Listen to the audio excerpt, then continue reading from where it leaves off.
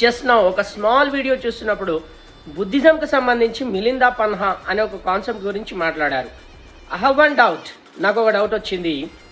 త్రిపీఠకాలు అయినటువంటివి బౌద్ధమత గ్రంథాలు, పూర్తి బౌద్ధమత గ్రంథాలు, సుత్తపీఠిక, వినయపీఠిక, అభిద్ధమ పీఠిక. సుత్తపీఠికలో వచ్చేసి మళ్ళీ 5 భాగాస్ అయినటువంటి 5 భాగాలు ఉంటాయి. Those 5 parts would be called as Nikayas. Anguttara Nikaya అని, దిగా నికాయ అని, మధ్యమ నికాయ అని, సంయుక్త నికాయ అని చెప్పి అట్లా మనం 5 ప్రధానంగా చెప్పుకోవడం అనేది జరుగుతుంది. అవి కాకుండా సెమీ బుద్ధిజం స్క్రిప్చర్స్ అయినటువంటివి ఉంటాయి. అందులో మిలిందా పన్హా అనేది నాగసేనుడు రాస్తాడు. The conversation which happened between the Nagasena and the మినాండర్.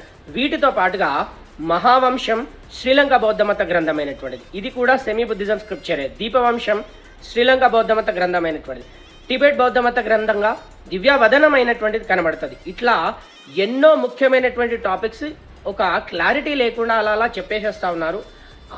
My guess is, నేనైతే పర్టికులర్గా ఒక క్లారిటీతో మనం ఒక ప్రాపర్ అలైన్మెంట్లో చెప్పుకుందాం.